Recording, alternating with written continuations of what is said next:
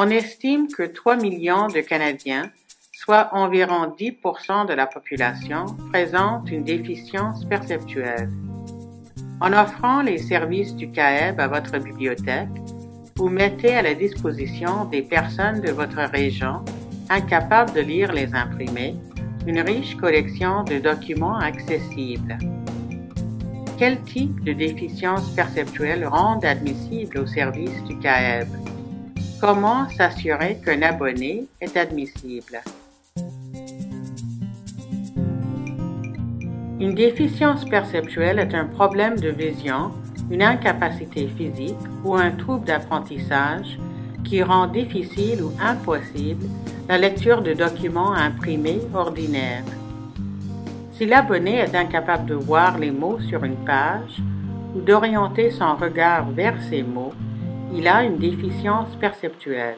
Il peut être aveugle ou avoir une vision partielle en raison d'une maladie comme la dégénérescence maculaire ou le glaucome.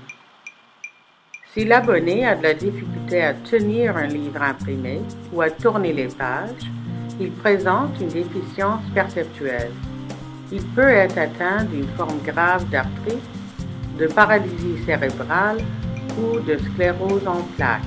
Si l'abonné a un trouble d'apprentissage lié à la lecture, comme la dyslexie, il s'agit également d'une déficience perceptuelle. Les troubles d'apprentissage renvoient à des difficultés dans le traitement de l'information. Ils sont présents malgré des capacités de réflexion et de raisonnement se situant dans la moyenne ou au-dessus de la moyenne.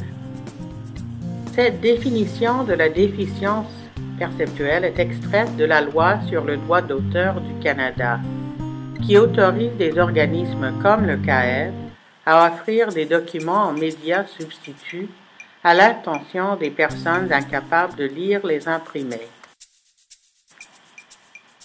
Livres en format DAISY ou MP3, texte électronique, documents en braille, braille électronique,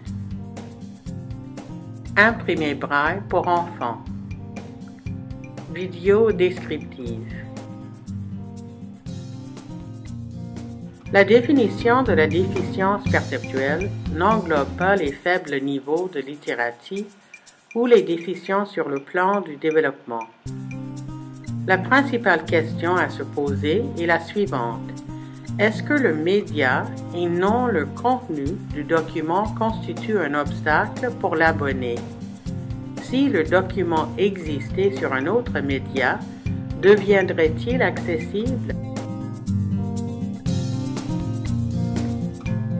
Il y a plus d'une façon de lire un livre.